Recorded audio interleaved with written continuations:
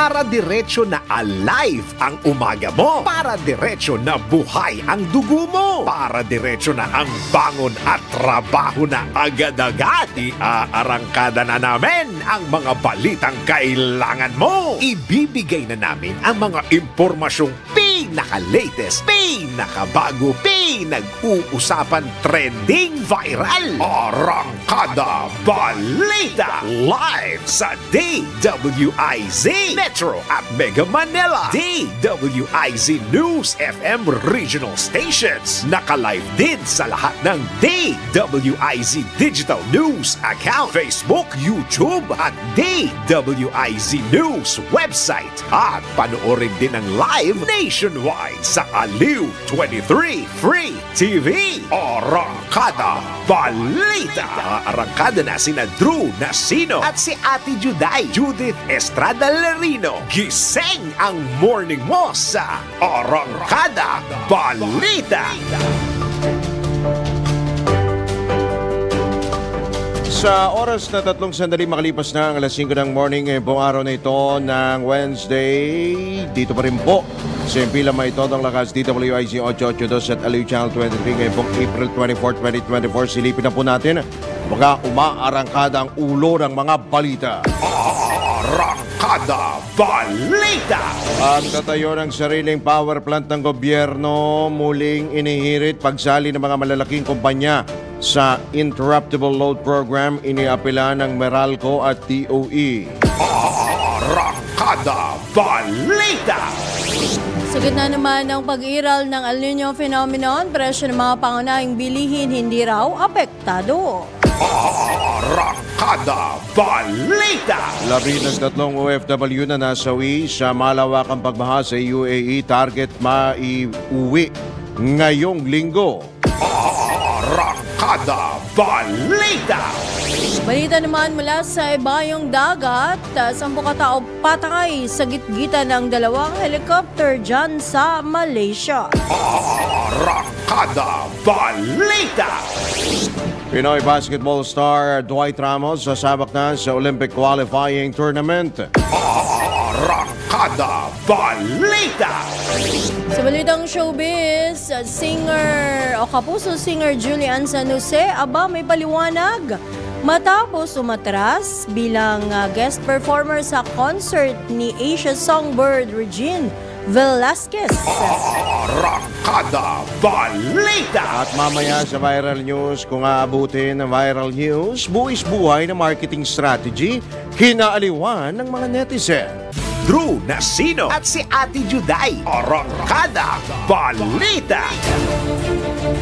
Muli sa magandang morning, Luzon, Visayas, Mindanao, Mega Manila, sa buong bansa, sa buong mundo.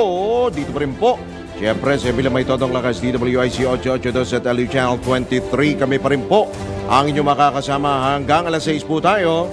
Ako po ang inyong lingkod, Judith Estrada Larino. At Drew Nasino.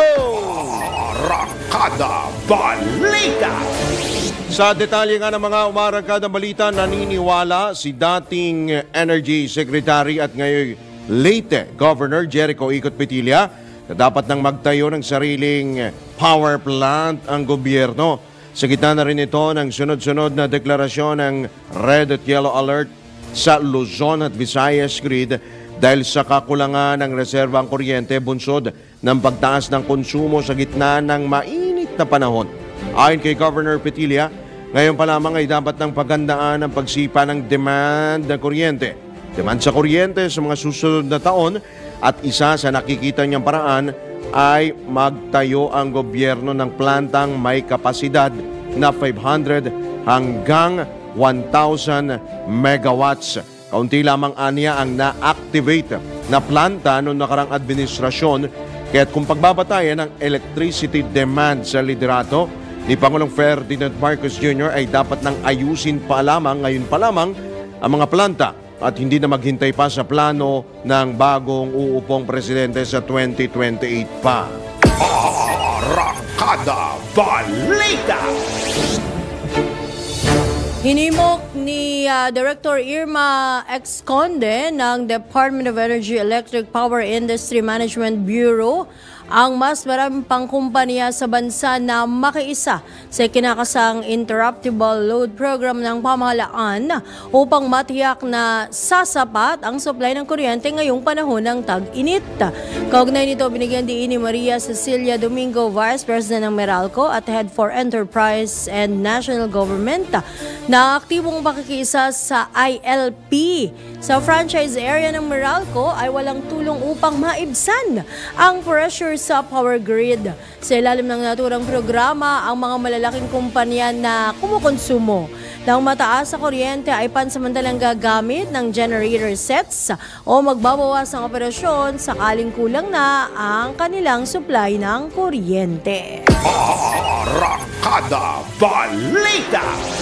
Muling isinailalim ng National Grid Corporation of the Philippines sa Red Alert status ang Luzon Grid at Yellow Alert status naman sa Visayas Grid kahapon. Ito'y matapos pumalya ang 38 power plant at manipis na power supply kumpara sa mataas na demand. Isinailalim ng NGCP ang Luzon Grid sa Red Alert simula alas 3 hanggang alas 4 ng hapon at alas 6 hanggang alas 10 kagabi.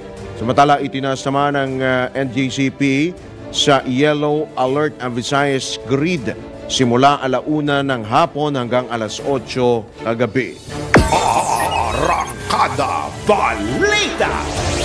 Sa kaugnay na balita, binalabog ng brownout ang ilang bahagi ng Luzon Grid kahapon. Ito'y matapos ang pagbagsak ng mga power plant at pagpalya ng isang malaking transmission line. Kaugnay nito, nasa 200,000 customers ng Meralco ang nawalan ng kuryente. Grabe, ang init pa naman sa loob ng 20 minuto. Matagal-tagal din yan, ha? Apektado naman ito ang mga consumer ng kumpanya sa bahagi ng Caloocan, Parañaque, Pasay, Makati, Pasig, Mandaluyong, Quezon City at ilang bahagi ng Pampanga, o mga lalawigan ng Pampanga, Bulacan, Laguna at Quezon. Arangkada Balita! Pinalampag naman ni Senador Risa Ontiveros ang Department of Energy upang tuluyang solusyonan ang paulit-ulit hanggang kailan kaya huya matatapos yung unli na red alert status sa Luzon Grid. Ito'y sa gitna ng pagtaas ng demand sa enerhiya ngayong tag-init na dahilan ng pagpapalabas ng red at yellow alert status ng National Grid Corporation of the Philippines. Sinabi ni Senador Ontiveros na paulit-ulit na unli na ang pagkukulang ng NGCP kasabay ng paalala na ang kuryente ay dapat pampagaan ng buhay at hindi pampabigat. Iginit din ang mababatas na kailangan ng bansa ng sustainable na solusyon sa harap ng sabay-sabay na outages ng mahigit 20 planta. Karami po niyan. Dahil dito, pinagpapaliwanag din ng Senador ang DOE sa patuloy na pagtitiis ng mga consumer sa rotational brownout at mas mataas na bayarin sa kuryente habang mainit po ang panahon, habang pinapawisan, walang kuryente si Dudong. Arangkada Balita! O mamaya, abangan nyo ang update kaugnay niyan. Ating pong isa sa himpapawid ang paksa natin yan sa Siyasat. Mamaya po alas 10 ng umaga sa programang Ronda Pilipinas. Samantala, nilinaw ni Pangulong Ferdinand Bongbong Marcos Jr. na walang nangyayaring pagsabotahe sa harap naman ng nararanasang power outages sa gitna ng matinding init ng panahon. Ayon kay PBBM, nagkakaroon ng problema sa supply ng kuryente dahil sa sabay-sabay at sunod na pagbagsak ng mga planta. Yun ang problema. Gayunman, paliwanag ni Pangulong Marcos na walang nakitang pananabutahe. Oo nga naman, yung anggulong pananabutahe, X na yon. Matapos ang ginawang pag-aaral dahil hindi lamang kinaya ng mga planta ang mabigat na power load kasabay ng technical problems tulad naman ng pyesa na kailangang palitan. Dagdag pa ng Pangulo, dahan-dahan nang bumabalik ang power supply sa kabila ng mga idineklarang red at yellow alert status at unti-unti na ring inaayos ang mga nagtrip na power plant at substations. Naniniwala ang Pangulo na bukod sa solar power, ang pagkakabit ng submarine cables ang nakikita ring pangmatagalang solusyon sa enerhiya, partikular sa Occidental at Oriental Mindoro, nandun pala siya kahapon, na magbibigay daan upang ma-transmit o mailipat ang labis na kuryente sa mga mangangailangang lugar. Arangkada Balita! Malaki rin ang problema sa supply ng kuryente dyan sa Oxy, sa may Occidental Mindoro. Oo. Talagang Inaalala mo yung dati, di ba? Ilang buwan ba silang walang kuryente? Oo, hanggang ngayon naman daw, Ngayon, mataas ang singil. Ay. Yun lang ang problema ho nila. Diyos Kaya't naiinitan ho talaga, sobrang init ho talaga. Ano? At eto, speaking of init ho ng panahon, kapapasok lamang po na balita, wala pong klase ngayong araw sa lungsod ng Malabon. All public schools. Ngayon pong araw ito, bunsod ng posible pong maranasan na 43 degrees Celsius na heat naman. index ngayon pong araw. Suspended yung klase. Wala pong online. on-site classes. Online. Ang bilang precautionary measure, magsasagawa na lamang po ng synchronous classes sa lahat po ng pampublikong paaralan sa Malabon. Dahil po sa matinding init. At speaking of matindi pong init, hindi naman nakaapekto ang El Nino phenomenon sa presyo ng mga pangunahing bilihin. Batay ito sa monitoring ng Department of Trade and Industry at walang dahilan na magtaas ng presyo ang mga bilihin dahil sapat ang supply ng agricultural products. Ayon kay DTI Assistant Secretary Amanda Nograles, hindi maaring itaas ang presyo dahil umiiral ang state of calamity sa ilang lugar sa bansa. Samantala, pinapayagan namang magtaas ng presyo ang mga manufactured food, partikular na yung mga delata. Hindi mo na maglalabas ng anunsyo ang DTI para sa bagong SRA o SRP hinggil sa increase price o mas mataas na presyo. Arangkada Balita! Ginit naman ng Department of Trade and Industry o DTI na kanilang sinisigurong sapat ang buffer stock ng sibuyas, baboy at iba pang produkto. Ito naman ay sa gitna ng patuloy na pagtaas ang presyo ng mga bilihin sa bansa. Ayon kay Assistant Secretary Amanda Nograles ng DTI Consumer Protection Group na ipabatid na nila ang kanilang target buffer stock sa sibuyas, baboy at fertilizer o pataba maliban sa bigas, mais at asukal sa pagpupulong ng National Price Coordinating Council. Dagdag pa ni Assistant Secretary Nograles, nais din ng DTI na bumuo ng market-based mechanism upang mapababa ang presyo sa pamamagitan ng pagdaragdag ng supply. Paliwanag ng DA o ng DTI, layunin itong mapigilan ang mga hoarder at mga nasa likod ng iligal na pagmamanipula ng presyo ng mga bilihin. Arangkada Balita! Sa oras na 15 sandali pakalipas na ang alas 5 na ng morning. Speaking of pagkain, tanggap po tayo ng pag-ulat buhat sa labas ng impilan. Sapat na supply ng bigas kahit may El Nino, muling tiniyak ni Pangulong Marcos ang pag-uulat buhat kay Patrol 13 Gilbert Verdes. Binawi ni Pangulong Ferdinand Marcos Jr. ang pangamba ng publiko na kapusin ng supply ng pagkain ng bansa dahil sa epekto ng El Nino phenomenon sa mga taniman. Sa ambush interview sa Occidental Mindoro, tiniyak ng Pangulo na mayroong sapat na supply ng bigas. Sinabi ng Presidente na sa katunayan ay tumaas pa ang ani sa mga lugar na mayroong patubig. Resultaan niya ito ng bagong farming techniques at pinahusay na irrigation system. Pero aminado ang Pangulo na sadyang maraming sakahan ang apektado daw ng tagtuyot, bagay na nire-remedyohan na naman daw ng pamahalaan. Kahapon ay personal na inspeksyon ng Pangulo ang pinsala na matinding init o tagtuyot sa mga sakahan sa Occidental Mindoro. Patrol 13, Gilbert Verdes, nagbabalita ng tama, naglilingkod ng tama. Arangkada Balita! Sa iba pang balita, mas malawak na OFW lounge dyan sa Terminal 3. Aba, pinagpapasalamat daw ng House Speaker. Alamin natin ang kabuoang report ni Patrol 11 Tina Nolasco. Ikinalugod ni House Speaker Martin Romualdez ang pagatayo ng San Miguel Corporation ng mas maluwag na OFW Lounge o pansamantalang matutuluyan ng mga OFW sa Ninoy Aquino International Airport o NAIA Terminal 3. Ayon kay Romualdez, sa Terminal 3 makikita ang original envisioned OFW Lounge kagaya sa Terminal 1 kaya't makikita na mas magiging maayos at maganda ang operasyon sa NAIA, kung saan nasa 200 pasahero ang kayang ma-accommodate ng naturang lounge na magbibigay ng amenities sa mga papaalis sa bansang OFW para sa kanilang komportableng matutuluyan bago magtrabaho sa ibang bansa. Kasabay nito, nagpaabot din ng pasalamat ang House Speaker sa pamunuan ng paliparan sa pakikipag-ugnayan sa naturang request na mabigyan ng maayos na accommodation ang mga OFWs. Mabatid na target simulan ang operasyon ng naturang pasilidad sa katapusan ng Hunyo ngayong taon. Ito si Patrol 11. Tina Nolasco para sa impilang metodong lakas DWIZ, nagbabalita ng tama, naglilingkod ng tama. Arangkada Balita! Sa iba pang balita, ilang lugar sa bansa muling binalaan ang pag-asa kaugnay sa posibleng mas mataas na heat index ngayong araw. Kainit ho kasi talaga. Detalye bot kay Patrol 30 Jelly Mendez.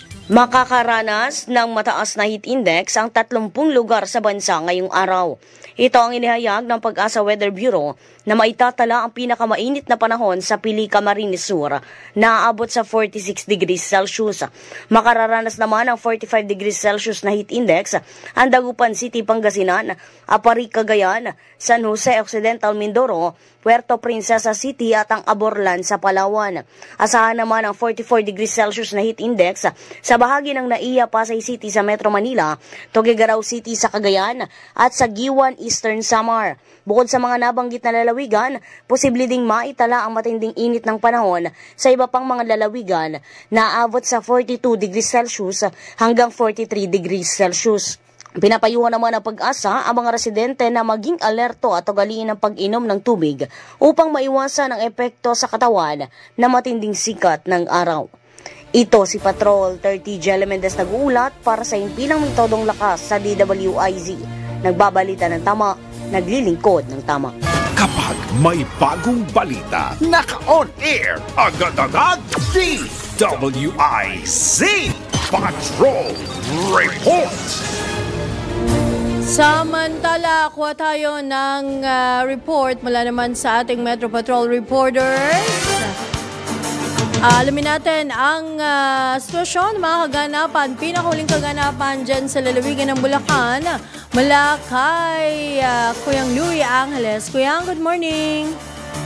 Yes, good morning, Ating M. Kaka. Dinilita ng mga Bulakenyo ang ika-125 taong anibersaryo ng labanan ng Quinguas sa Plaridel, Bulacan.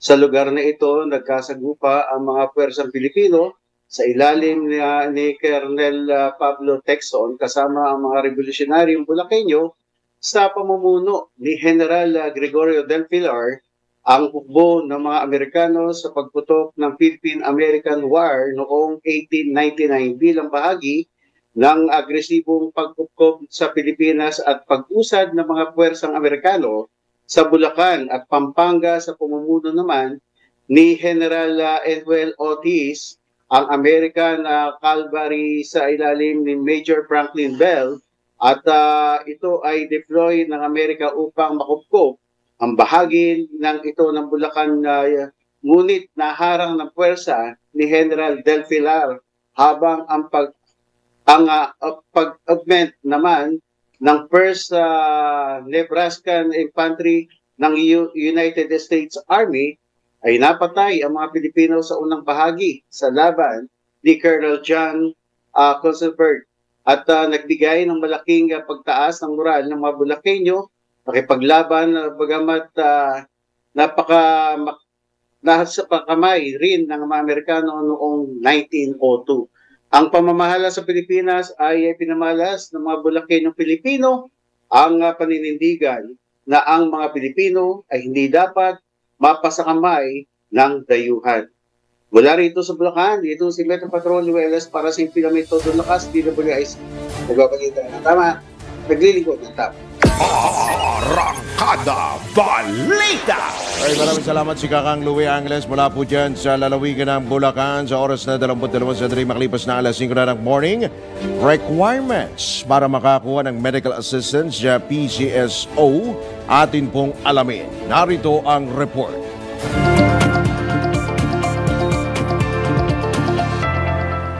Bukod sa digital na ang paghingi ng medical assistance sa Philippine Charity Sweepstakes Office o PCSO, madali na rin ang requirements na kailangang isubmit.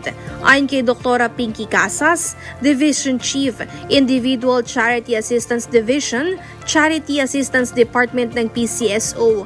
Depende sa kailangang assistance ang requirements na kailangang isubmit. Para sa confinement medical assistance o yung bayad sa pagpapaospital, narito ang mga kakailanganin.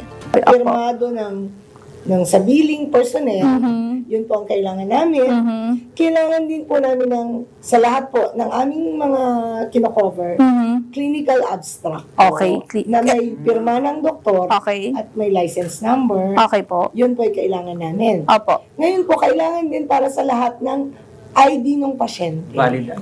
Bilang pagpuno naman sa bilang ng hemodialysis at chemotherapy, kailangan lamang ang mga sumusunod. Ng certificate kung ilan na ang naibibigay ng fee. Opo, okay. Opo. Tapos po, kailangan din po namin ng rate kung magkano.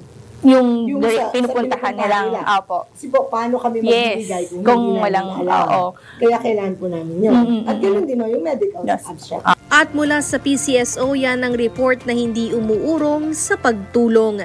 Main Barreto nagbabalita ng tama, naglilingkod ng tama. Arangkada Balita! Magbabalik po mga kaibigan ng ilang pang malalaki at mainit na mga balita dito pa rin sa Arangkada Balita.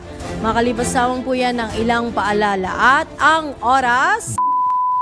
Time check, 5:24 ng umaga. Drew Nasino at si Ate Juday. Arangkada Balita! Alright, tayo po na sikilang bagay na po ng Arangkada Balita. Sa pagkakataon ito, tayo po tumanggap ng pag-uulat buhat sa labas ng impilan. Rider bumulagta sa Rojas Boulevard sa Maynila. Bakit kaya? Ang detalye hatid ni Metro Patrol Ed Bartolay. Ed? Kaninang madaling araw sa isang rider ang bumulagta sa bahagi ng Rojas Boulevard northbound, halos tapat ito ng US Embassy Maynila. Ang motorsiklo ng rider ay natumba sa tabi ng bangkita at may plakang 597 Romeo Hotel Tango, kulay itim. Samantala ang kotse din na nakahinto sa bandang unahan ng rider na may plakang November Foxtrot Charlie 6202 ay nakita ko na may damage sa itaas ng kanang hulihang gulong na ayon sa sa driver na kapanayam ng Metro Patrol, yung driver ng kotse na ang motorsiklo ay bumangga sa kotse habang tumatakbo sila patungong northbound at matulin daw ang patakbo ng rider na galing sa service road ng Rojas Boulevard. Samantala ang kasamahan naman ng rider na dalawa ay mayroon kausap sa cellphone habang ang isang kasamahan na pilit naman ginigising ang nasabing rider na dahil walang malay na nakahiga sa bahagi nitong Rojas Boulevard, Maynila. Okay, yan natin si Dr. Silbert mula sa Maynila. Ito sa Metro Patrol, Eduardo Abila Bartolay, nagulat para sa impila may tunong lakas, DWIC, nagbabalita ng tama, naglilingkod ng tama. Arangkada Balita! Balik tayo dako tayo sa mga lalawigan. Sa bahagi ng ating Ronda Probinsya, miyembro ng Anak Pawis kumalas ng suporta sa makakaliwang grupo. Alamin po natin ang kabuang report. Ihatid ni Ronald Idol Domingo. Idol, good morning! Good morning, Ma'am Judith. Isa pang supporter ng CPP, NPA, NDF ang tumuligsa sa teroristang grupo sa bayan ng Pamplona, Cagayan. Nagboluntaryong sumuko sa kapulisan ng PNP Pamplona si alias Cardo, 49 years old at residente ng Pamplona, Cagayan dahil sa kagustuhang malinis ang kanyang pangalan at mamuhay ng tahimik kasama ang kanyang pamilya pagkatapos na magtantong walang naidulot at naitulong ang nag-recruit na grupo sa kanya. Ayon dito, pinangkuhan siyang mabigyan ng karapatan sa kanilang ancestral domain, livelihood support at educational scholarship sa kanyang mga anak, ngunit walang umanong natupad sa kanilang mga pangako. Naging aktibo rin siya sumali sa mga rallies para ipahayag ang kanilang kilusang propaganda. Sa gayon ay nakauwi rin sa kanyang pamilya ang nasabing miyembro ng Hakpawis pagkatapos na dumaan sa custodial debriefing ng nasabing himpilan. Ito ang Ronda Patrol, Ronald Idol Domingo, nag-uusap sa Simpilang May Tudong Lakas, DWIC. Nagbabalita ng tama, naglilingkod ng tama. Arangkada Balita! Samantala mag-live-in partners sa Cavite, hinold up na, pinatay pa. Detalye naman buhat sa Calabarzon, Arman Cambe. Dead on the spot ang mag-live-in partner sa Cavite matapos silang hold the pin at pagbabarilin ng riding tandem sa barangay Molino 3, Bacoor City kaninang madaling araw. Kinilala ng Bacoor City Police ang mga biktima si Ray Gonzalez, 54 anyos, negosyante, at LB Casino, 46 taong gulang, kapwa residente ng Town and Country Homes, Bacoor City. Ayon sa report ng pulisya, binabagtas umano ng mga biktima ang kahabaan ng Saragossa Street sakay sa kanilang Honda TMX nang harangin ng mga suspect na sakay din ng motorsiklo. Bumaba umano ang angkas na motor at saka pinagbabaril ang mga biktima sakay sabay tangay sa bag na naglalaman umano ng 40,000 piso. Sa pagsisiyasat pa rin ng pulis, hold up umano ang motibo sa naturang pangyayari. Isang dragnet operation naman ang inilatag ng Bacoor City Police para sa ikadarakip ng mga salarin. Arman Cambe mula Calabarzon, nagulat para sa Simpilang May Tudong Lakas. DWIC, nagbabalita ng tama, naglilingkod ng tama. Arangkada Balita! Sa iba pa rin balita, kinumpirma ni House Deputy Majority Leader at ex-CIS Party List Representative Erwin Tulfo na walang nagbabadyang pagsipa ng presyo ng mga pangunahing bilihin. Ito'y matapos tiyakin ng grupo ng mga supermarket at agricultural producers sa isang pulong sa Quezon City na pinangunahan ng kongresista kasama na si House Speaker Martin Romualdez na hindi sila magtataas ng presyo. Ang nasabing pulong ay dinaluhan ng Philippine Amalgamated Supermarket Association o PAGASA sa mga industriya ng agrikultura o SINAG, United Broilers Racer Association o UBRA at Philippine Egg Board o PEBA. Binigyang diin ni Congressman Tulfo na nangako ang mga nasabing grupo na gagawa mga ito ng paraan upang mapanatili ang presyo ng mga bilihin sa gitna nga ng sunod-sunod na pagtaas ng presyo ng mga produktong petrolyo. Arangkada Balita! Samantala, muling nanawagan si Agri-Party List Representative Wilbert Lee sa pamahalaan na suportahan ang mga lokal na magsasaka at mangingisda upang mapasigla ang lokal na produksyon, matugunan ng inflation, makamit ang food security at mas murang presyo ng mga pangunahing bilihin. Kasunod naman ito ng inilabas na Administrative Order No. 20 ni Pangulong Ferdinand Bongbong Marcos Jr. na nag-aalis ng non-tariff barriers sa pag-aangkat ng agricultural products sa bansa upang mapababa nga ang presyo ng mga bilihin. Binigyan ni Representative Lee na hindi pwedeng habang buhay na umasa ang Pilipinas sa pag-aangkat at dapat na mas pagtuunan na lamang napansin ang anyay long-term solution na pagsuporta sa mga magsasaka at mangingisda. Partikular na rito ang mabilis na pagbibigay ng ayuda, access sa murang farm inputs at dagdag na post-harvest facilities na mayroong simpleng requirements. Gayun din ang pagbili ng gobyerno ng palay sa mas mataas na presyo para masiguro ang kita ng mga lokal na magsasaka at pagsugpo sa agri-smuggling. Arangkada Balita! Patuloy namang nadaragdagan ang bilang ng mga apektadong individual bunsod ng nararanasang El Niño phenomenon sa bansa. Batay sa datos ng NDRRMC, pumalo na sa 285,000, mahigit 285,000 families o katumbas ng mahigit 1 milyong individual ang apektado ng tagtuyot. Kabilang sa mga apektadong pamilya ay mula sa halos 2,000 barangay sa Mimaropa, Region 6, 9, 12 at Caraga. Abang aabot sa 61 probinsya lungsod at bayan ang nasa ilalim ng state of calamity na karamihan ay matatagpuan sa Region 6 o Western Visayas. Sa ngayon, patuloy na inaayudahan ng pamahalaan ng mga apektadong pamilya. Naabot na sa halos 500 milyong pisong tulong ang ipinamahagi na kinabibilangan ng financial assistance at family food packs. Arangkada Balita! Sa iba pang balita, nakapagtala na ang Department of Health ng 34 na kaso ng heat-related illnesses. Naku, ingat po tayo mga kababayan ha. Ayon kay DOH spokesperson Assistant Secretary Albert Domingo, karamihan sa mga naiulat na kaso ay dulot naman ng heat exhaustion. Sa nabanggit na bilang, 6 na ang naitalang nasawi. Bagamat iniimbestigahan pa ng DOH kung may direktang kinalaman ng pagkamatay ng mga ito sa heat stroke o mayroon pang ibang dahilan. Dahil dito muling pinaalalahanan ni ASEC Domingo ang publiko na mag-iingat, manatiling hydrated at iwasang lumabas ng bahay sa pagitan naman po ng alas 10 ng umaga hanggang alas 4 ng hapon. Arangkada Balita! Sa pagpapatuloy pa rin ng ilang mga balita, tagap po tayo ng isa pang report. May 2,000 mag-aaral makikinabang sa Tara Basa Tutoring Program ng DSWD. Detalye naman mula kay Patrol 30 Jelly Mendez. Aabot sa mahigit 2,000 mag-aaral ang maikinabang sa Tara Basa Tutoring Program ng Department of Social Welfare and Development. Ito'y matapos ilunsad ng DSWD Field Office 12 ang naturang programa sa General Santos City. Nabatid na isang Memorandum of Agreement ang nilagdaan kamakailan sa pagitan ng DSWD, General Santos LGU at Mindanao State University.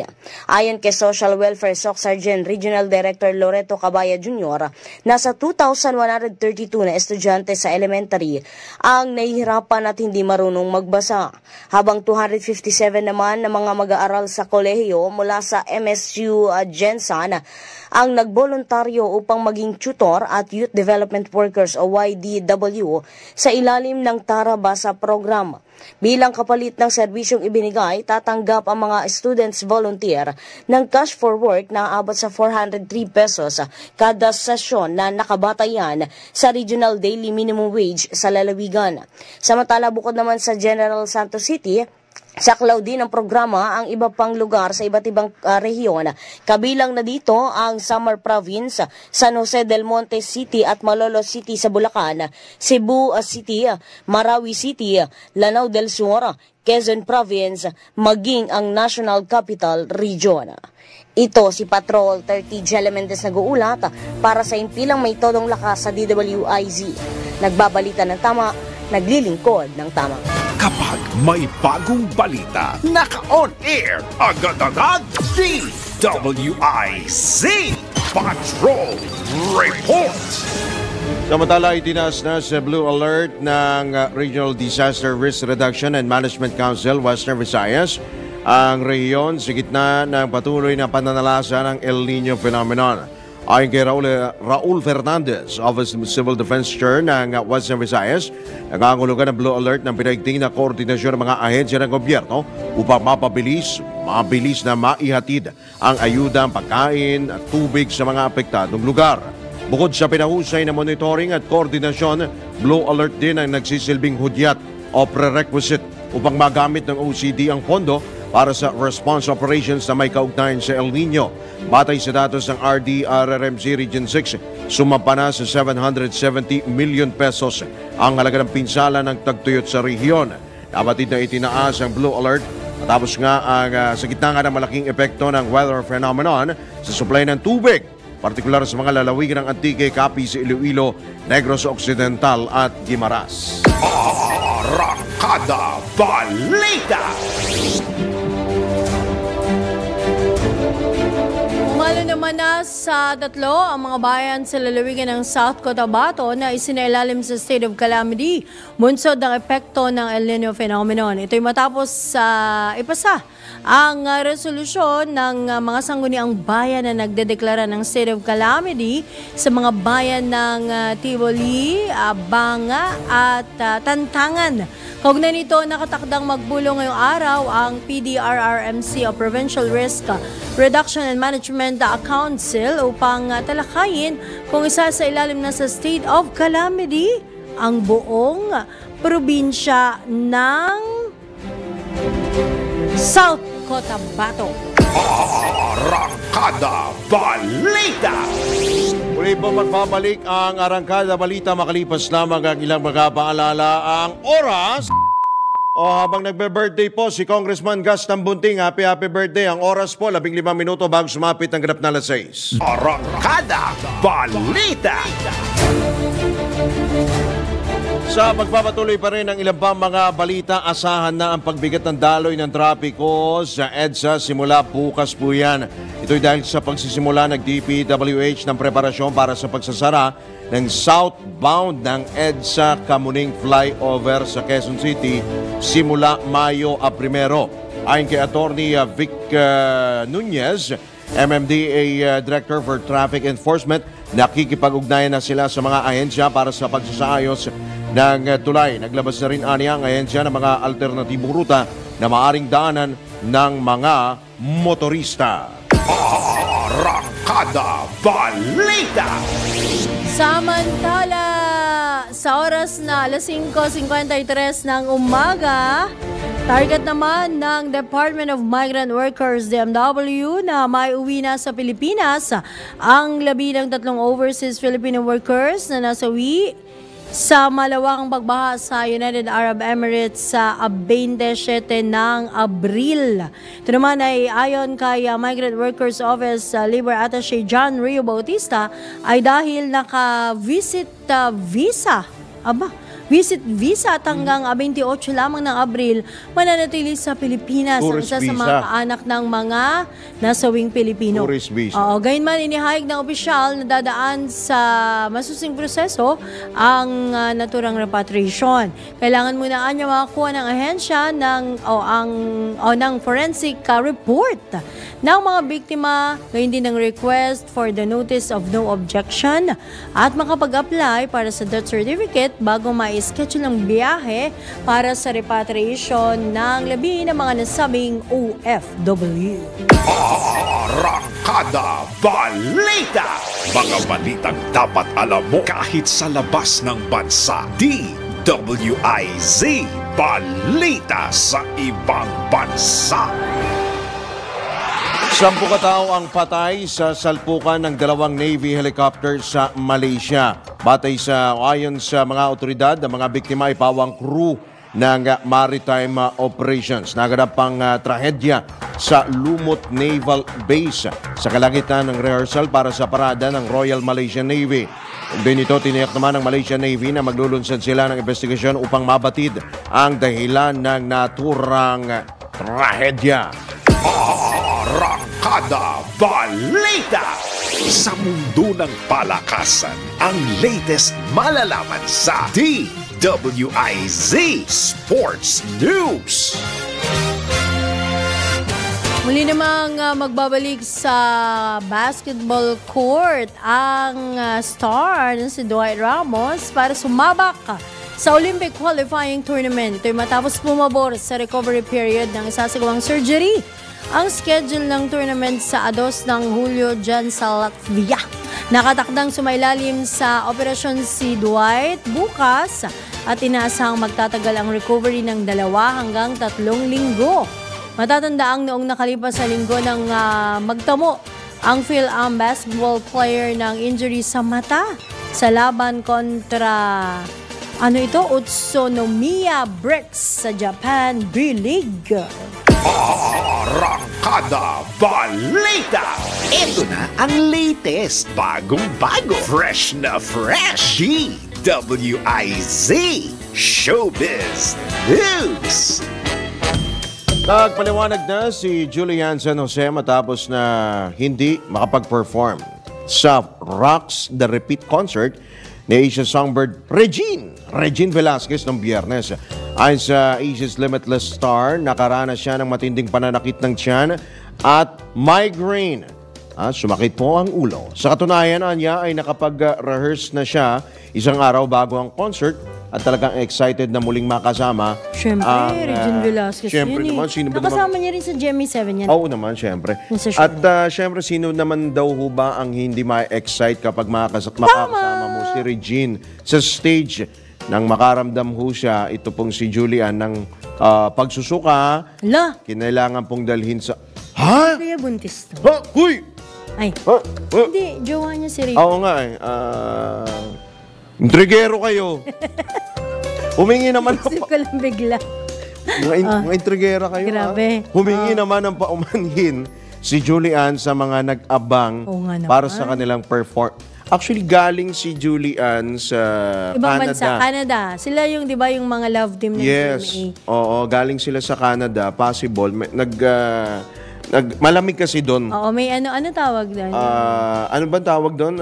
John Ibanez, kapag galing ka ng... Ibang bansa. Oo, nanibago yung kanyang katawan sa klima. From malamig hanggang sobrang may jet init na lag yun. pa? Maaaring ganun, may jet lag pa. So naghumingi ho siya ng pasensya sa mga nag-abang para sa kanilang performance ng Songbird at nagpasalamat kay Regine sa pangunawa. Arangkada Balita! Ito na nga ang ating viral news. Laman ngayon ng iba't ibang social media platforms ang nakakatawa talaga yan, ha? Marketing strategy ng mga business owners. Panalo raw po sa netizen. Ay, oo. O nga naman, ang pagbebenta ng mga produkto kung saan ini-stitch, paano ba ini-stitch? Sa isang funny video, ang buwis buhay na product promotion. Ayos! Ilan sa mga ito ang halos pagbaligtad sa upuan, pagbangga sa matitigas na bagay o kaya naman ay pagsemplang. Komento naman ng netizens, ang hirap kumita. Totoo ka naman dyan. Uy, ayun o, Hindi grabe. naman nun. Grabe naman yun. Buwis buhay talaga na buwis buhay. Grabe naman yan. Matindi. Parang si baka mawalan ng parang mala Jean-Claude Van Damme ang commercial. Antindi. Kikita ka, masakit naman ulo mo, ma-hospital ka pa eh. Para saan pa yung kita mo? Buti sana kung si Doc Tony Leachon ang gagamot kayo. Alright, tayo po ay pansamantala po magpapaalam dito pa rin po sa Arangkada Balita sa ngalan po ng buong tropa ng DWIZ. Kami po ang inyong mga naging tagapaghatid balita. Ako po ang inyong lingkod, Judith Estrada Larino. At Drew Nasino, nagbabalita ng tama. Naglilingkod ng tama. Susunod na usapang tol kasama sina Senator Francis Tolentino at Cecil Villarosa. Samantala, susunod din after nyan ang Basada Balita kasama naman po si John Ibanez. Bye-bye! Para diretso na alive ang umaga mo. Para diretso na buhay ang dugo mo. Para diretso na ang bangon at trabaho na agad-agad. Iarangkada na namin ang mga balitang kailangan mo. Ibibigay na namin ang mga impormasyong pinaka-latest, pinakabago, pinag-uusapan, trending, viral. Arangkada Balita live sa DWIZ Metro at Mega Manila. DWIZ News FM regional stations. Naka-live din sa lahat ng DWIZ Digital News account, Facebook, YouTube at DWIZ News website. At panoorin din ang live nationwide sa Aliw 23 Free TV. Arangkada Balita. Arangkada na sina Drew Nasino at si Ate Juday, Judith Estrada Larino. Gising ang morning mo sa Arangkada Balita. Live araw-araw, Monday to Friday, 5 a.m.